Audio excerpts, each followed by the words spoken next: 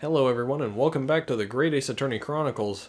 Last time, well, we talked to a big burly sailor in the hallway, examined a few things, that took about 20 minutes, and then, finally, after all of that, we made it in to the room next to Asogi's, and we found a conspicuous looking Russian gentleman is boarding next door.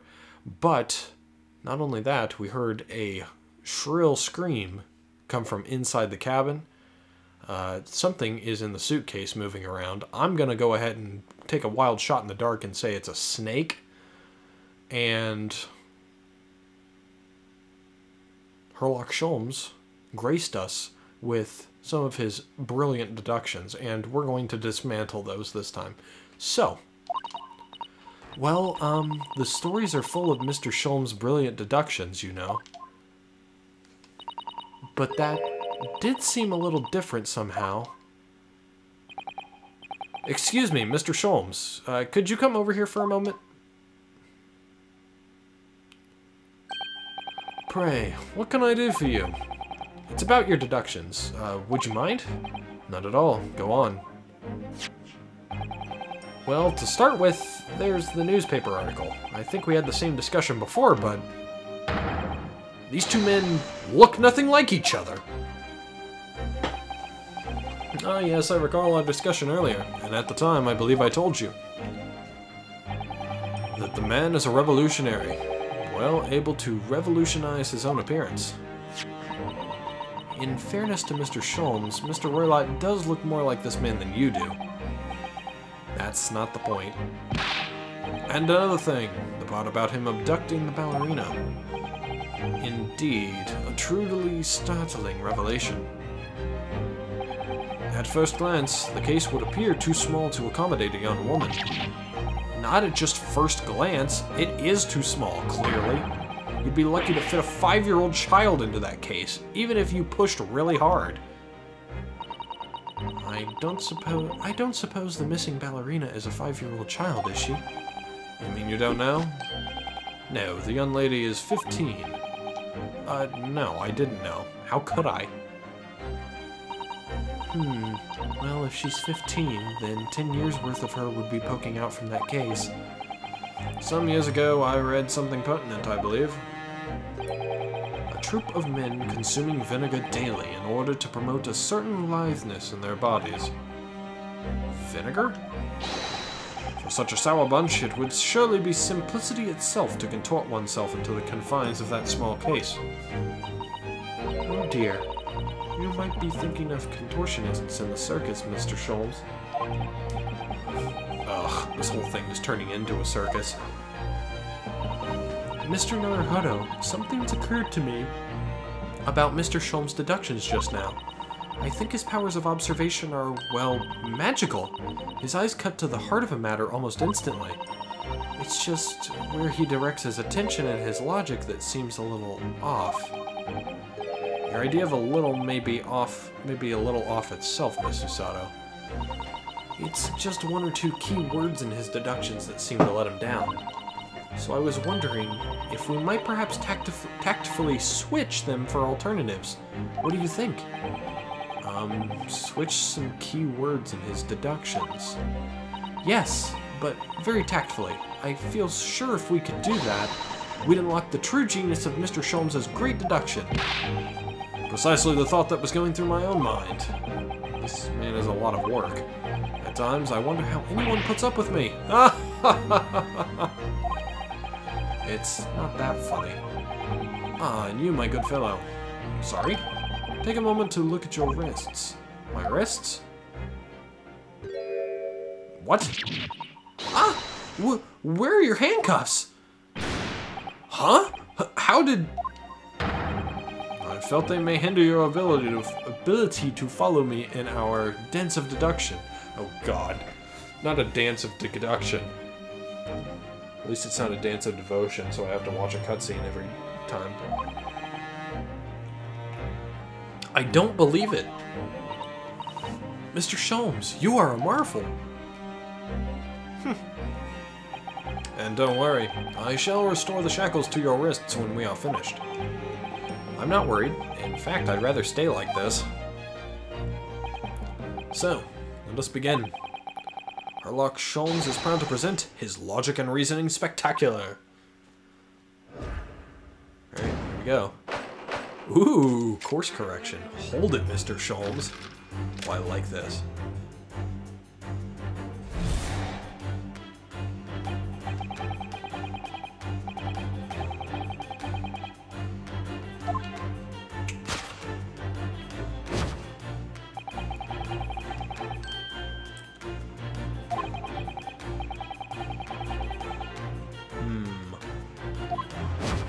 This is the same stuff, I think.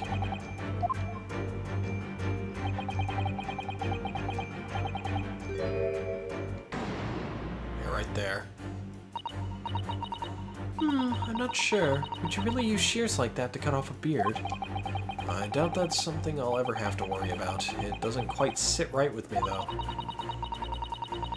It doesn't seem to be sitting right with Mr. Roylott either. Which means, I suppose, that the deduction is wrong. Let's try to switch a key word here, Naruhodo-san, and see if it helps matters. Alright, but how?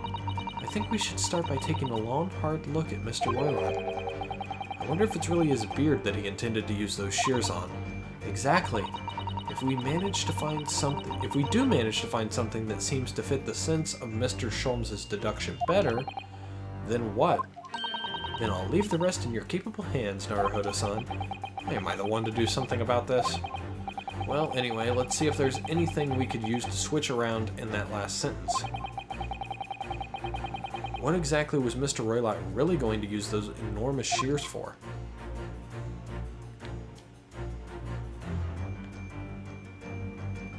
Oh, what the fuck? You seriously? What the? What the? What's this? It looks like a cascade of stunning golden locks.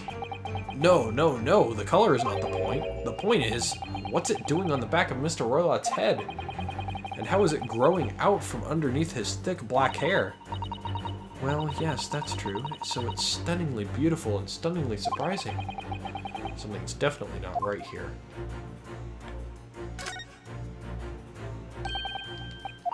Oh, okay. So can I present it?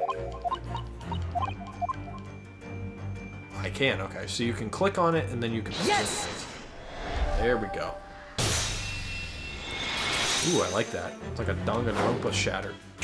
Oh, the sass! You were on the verge of using the shears to cut away the golden locks you sport. Indeed. You have identified the precise detail I was intending to expose.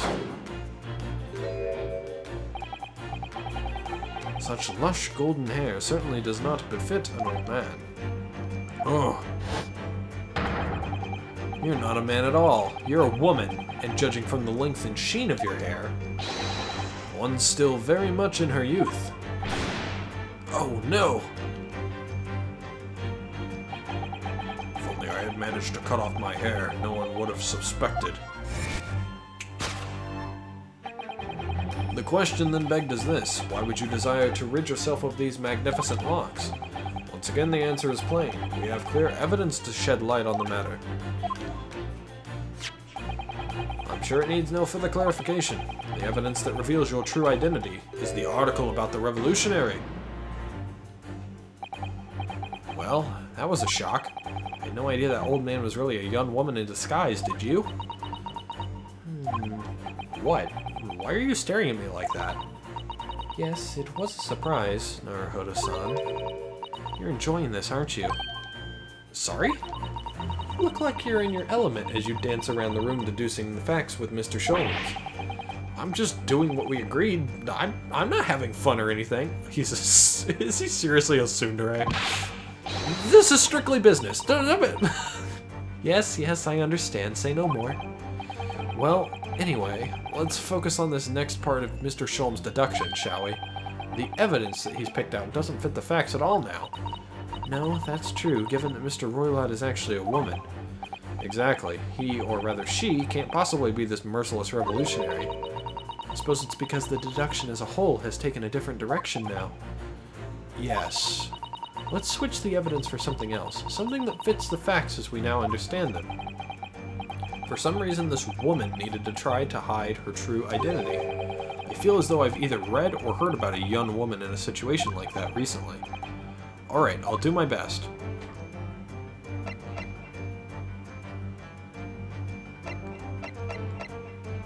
Well, it would probably be this. The article on the back, but I feel like I should examine it quickly.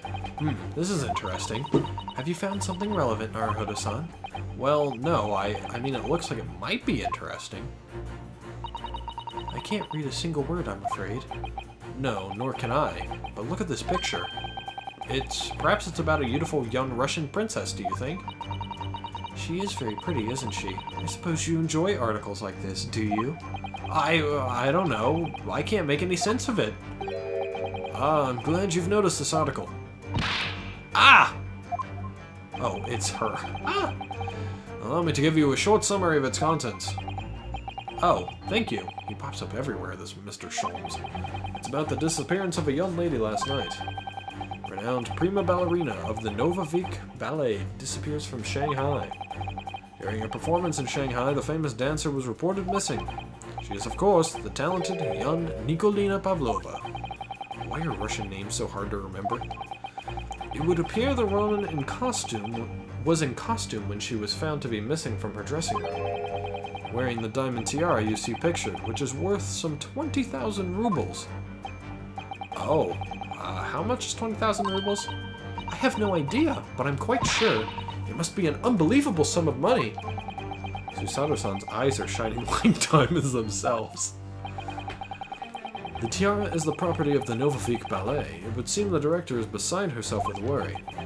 Yes, I'm not surprised. The company is most anxious to recover both Miss Pavlova and the valuable tiara. They requested international assistance at all ports with sailings to Great Britain. Could this be another case of a Russian fleeing his or her country? It does seem to be the Russian thing to do. I'm not even going to dignify that with a response, Mr. Naruhodo.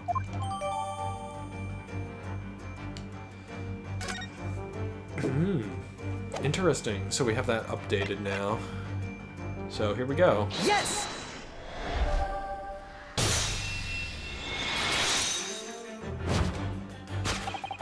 The evidence that reveals your true identity is, of course, the article about the ballerina.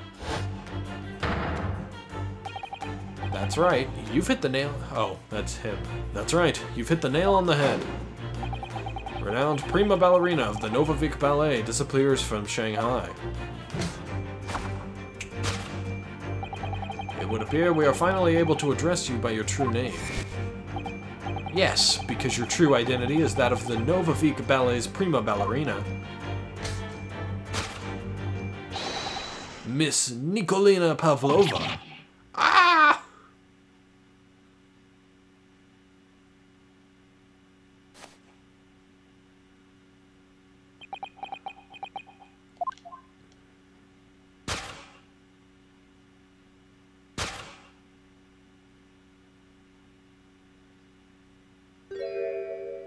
Damn, she pretty. You're right. My real name is Nina. I mean, Nikolina Pavlova. But please, I beg you, don't tell anyone.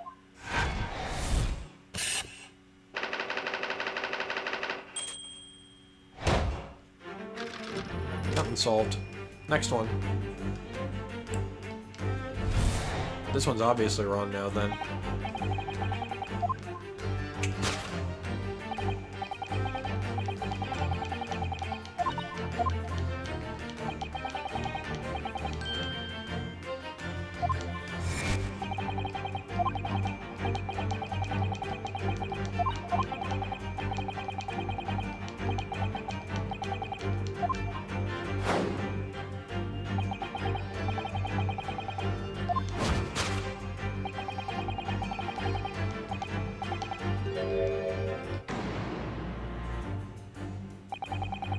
This woman is the ballerina, and she's right in front of our eyes, so clearly she can't be inside that traveling case as well. No, that's right. It seems she wasn't abducted at all. In which case, what is the crime this young woman is apparently committing? I can see I'm gonna have to step in and fix the great detective's mistake again.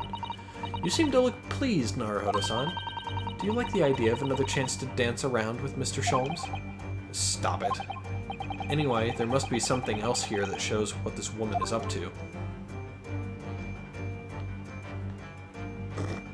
Well, found it. Wow, look at this dazzling tiara. Never seen anything like it. Are those real diamonds, do you think? Oh, Naruhodo-san, try it on. What? Me? Isn't it usually girls who wear tiaras? Wouldn't you like to try it on?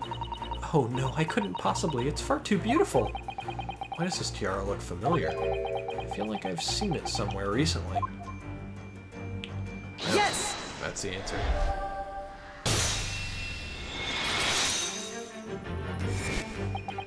The proof of your crime is surely this tiara. Ah! I believe this tiara is worn on stage by dancers in the Novavik Ballet, is it not? Indeed, it would appear to be identical to the tiara pictured here in this newspaper article. And if the reporting is to be believed, it's an item worth 20,000 rubles. In summary, the crime you have committed is theft. Oh no! Yes, you have left your ballet troupe, unlawfully taking their precious tiara with you.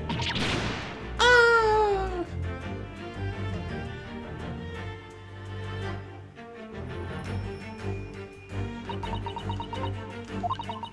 I have no one, no family, no friends. I am all alone, and I need money. But I did not steal the tiara. It was a present from, how do you say, an earl? Of Prussia. It belongs to me. This girl is only 15 years old, and she's run away all by herself. She must have been extremely lonely.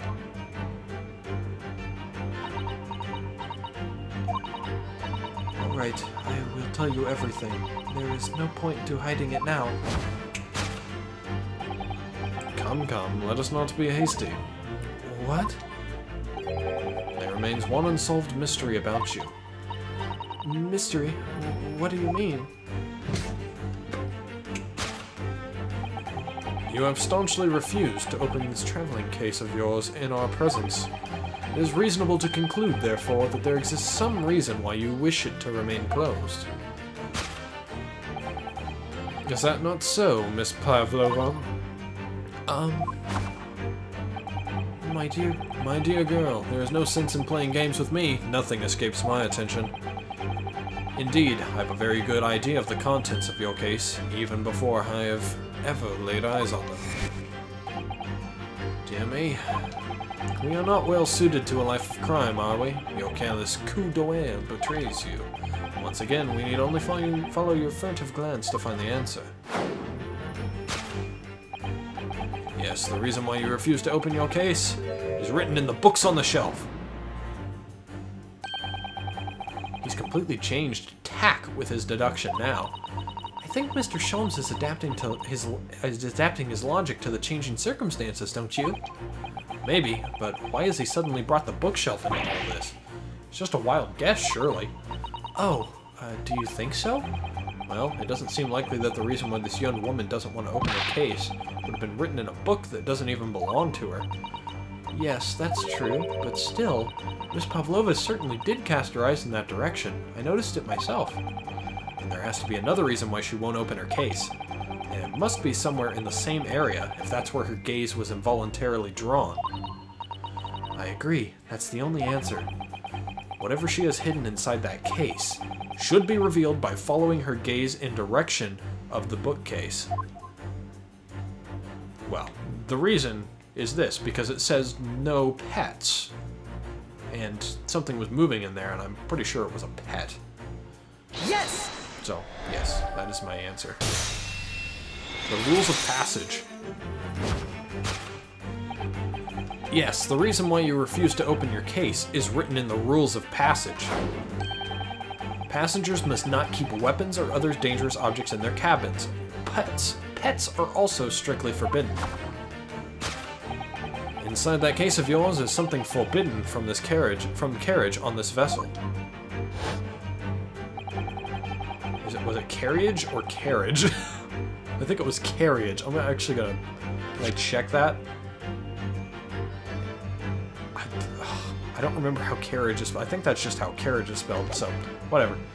That is the real reason why you refuse to open it, thus revealing its contents.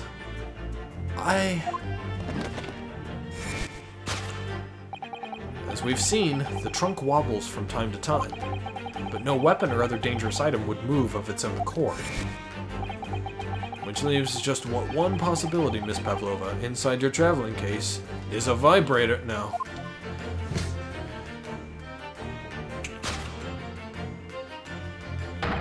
Is the last item listed as forbidden in the vessel's rules of passage a pet? Ah!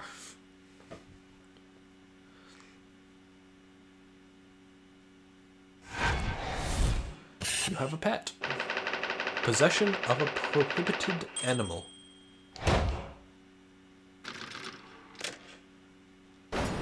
Deduction complete. Elementary. I like the look there.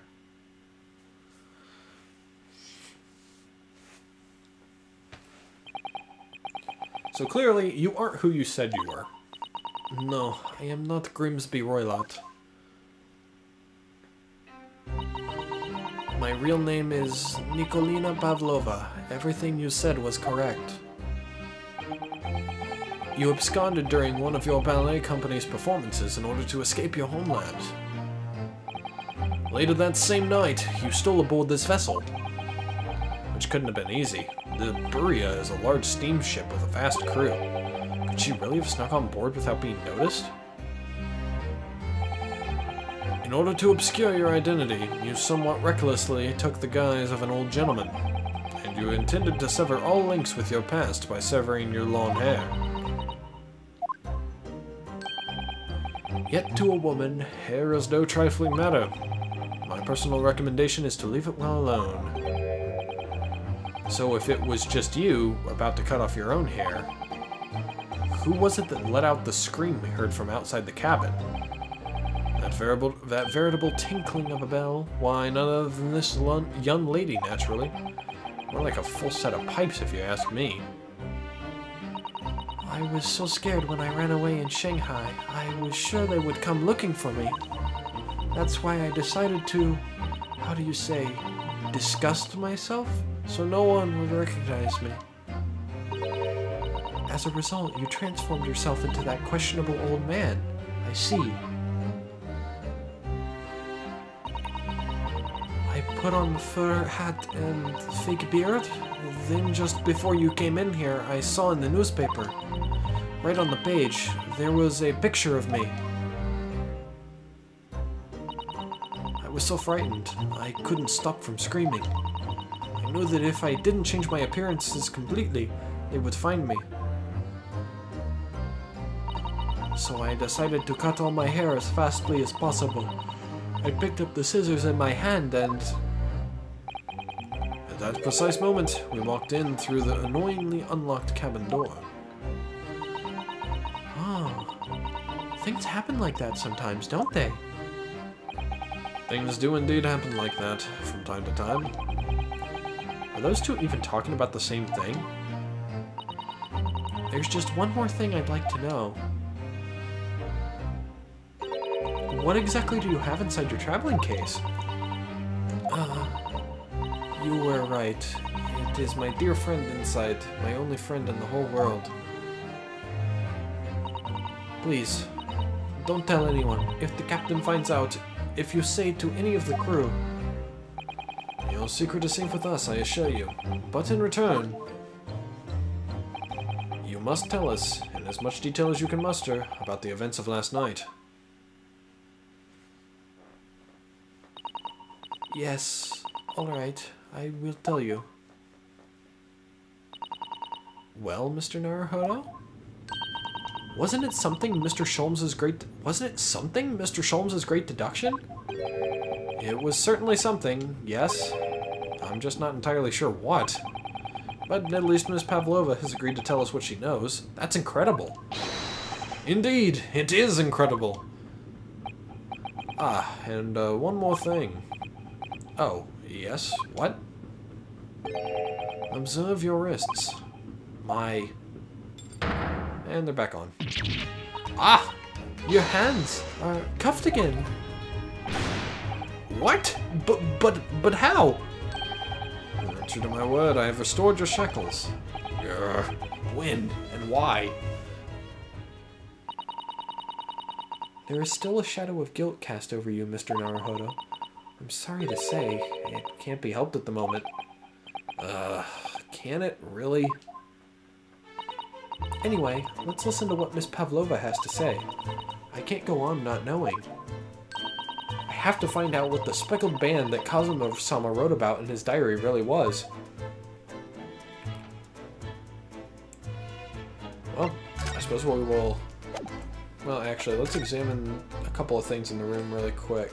Like this plate that's on the ground for some reason. It looks like she probably feeds her pet on the ground here. Let me see. Don't touch! Huh? I will tell you what I know about last night, but please, you must not touch my things. How do you say? Forbid it! Oh, sorry. As well you should be, young man. What vulgar manners you have. Poking around in a young lady's private belongings? Neither shall I allow it. Ugh, hypocrite. Alright, well, I guess we will talk, but no examining. Did you know that someone was killed in the cabin next door to this one last night? One of the crewmen told me this morning when I was eating breakfast. The man who died, he was a friend of mine. Oh, that's why we were trying to find out what happened. Did you notice anything unusual last night? Perhaps you heard a strange noise, for example? Perhaps people talking? Perhaps the ship was absorbed in a wild tempest. Perhaps its steam engine exploded. Perhaps everyone on board would have noticed if that had happened. Miss Pavlova, is there anything you can tell us? I don't know. I'm sorry, but all I could think about last night was what I had done and whether they would find me. I didn't notice anything that was happening around me. Oh, I see.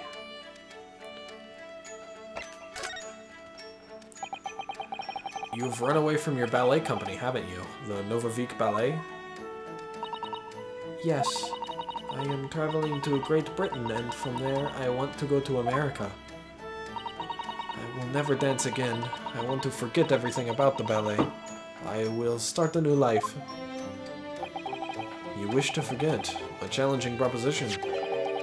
When you have that striking tiara as a reminder. But the tiara is mine! I need it to live!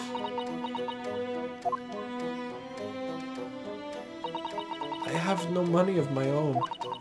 The Novavik Ballet gives us only a little food and water, and we must dance all over the world. I had to run away. I had no choice. If I had stayed, it would have killed me. So you ran away to protect yourself? Da, and the crew of this ship, they have been so kind to me. They let me come on board, and they said I could hide in this cabin. Oh, if that is indeed the truth, Miss Pavlova, it creates a most intriguing conundrum. Yes, it does. What do you think about it, Mr. Naruhodo? Me? Oh, well, yes, of course. I think we should hear Miss Pavlova's explanation. To what conundrum, I'm not sure, but...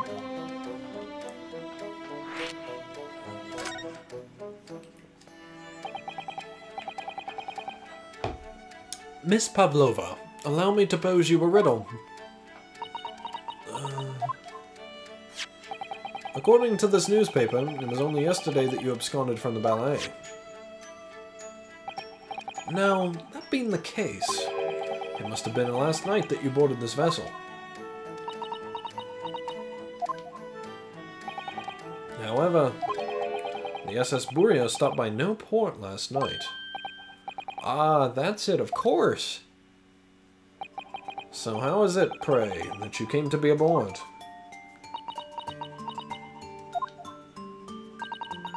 Now that I think about it, the crewman outside this cabin acted very strangely when we mentioned that.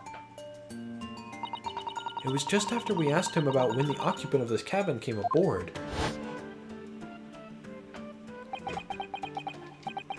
That is not your business.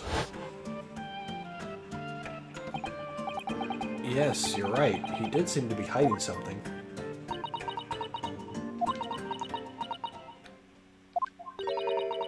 An angel descended from the heavens, bringing grace and beauty to the stage.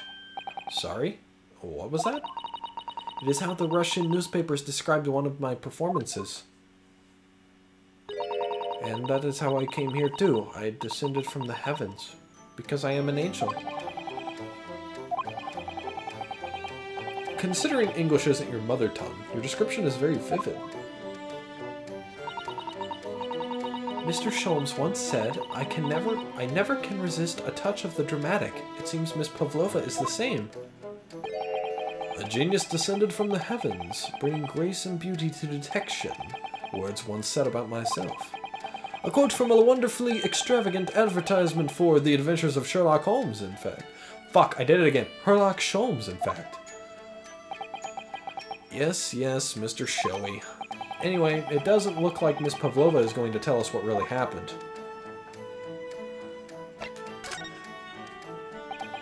So the friend you mentioned is inside your traveling case, is that right? I don't think animals are allowed on board according to the rules of passage. Oh, please, don't tell any of the crew. If they found my precious... Then the burly Russians would bestir themselves in unison to throw you and your case overboard, no doubt. Ah! So reassuring, Mr. Sholmes. But what sort of pet is your friend? A little puppy? It is, isn't it? Maybe an adorable little... maybe an adorable little rabbit? Ha! You credit Russia as a land with small rabbits, do you? Oh, don't they have small rabbits there then? You may well ask. I have no idea. You two are miserable bunglers when it comes to understanding the nature of young ballerina's friends. Isn't it obvious? It must be a chicken. Really?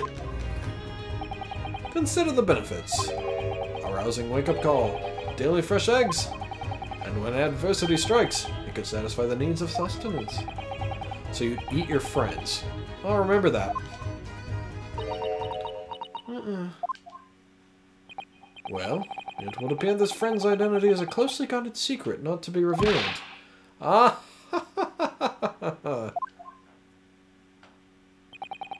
She obviously doesn't quite trust us yet. There's something I should like to show her, I think. Maybe she might be able to shed some light on it. Alright. We will present this one thing to her.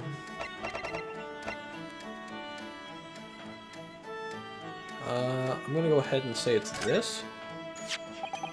This is the diary of my friend who passed away. His diary? Yes, and he wrote in it last night before he died. Something a little unusual.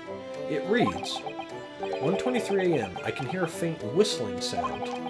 And then a few minutes later, 1:35 a.m. What looks like some sort of speckled band is dangling from the ventilator grill. A speckled band?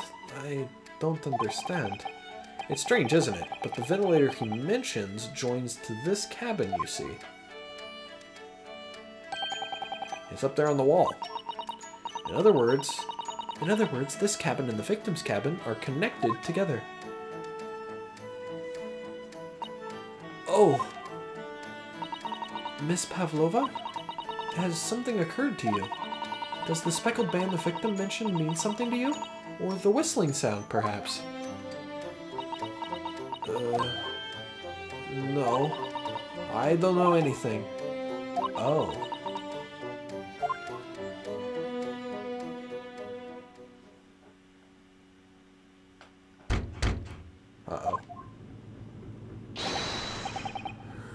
Excuse me, Mr. Roylott. Oh my god, that was quick. Yes, what? Wow, she's fast. Captain would like to speak with you. You must come to Captain's quarters at once. Please. Alright, I will come now.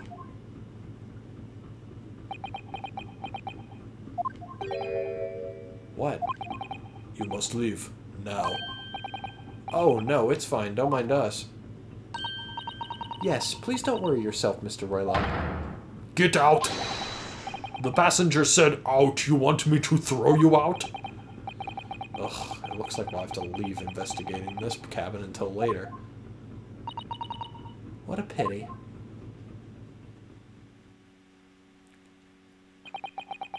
And so we lost our chance.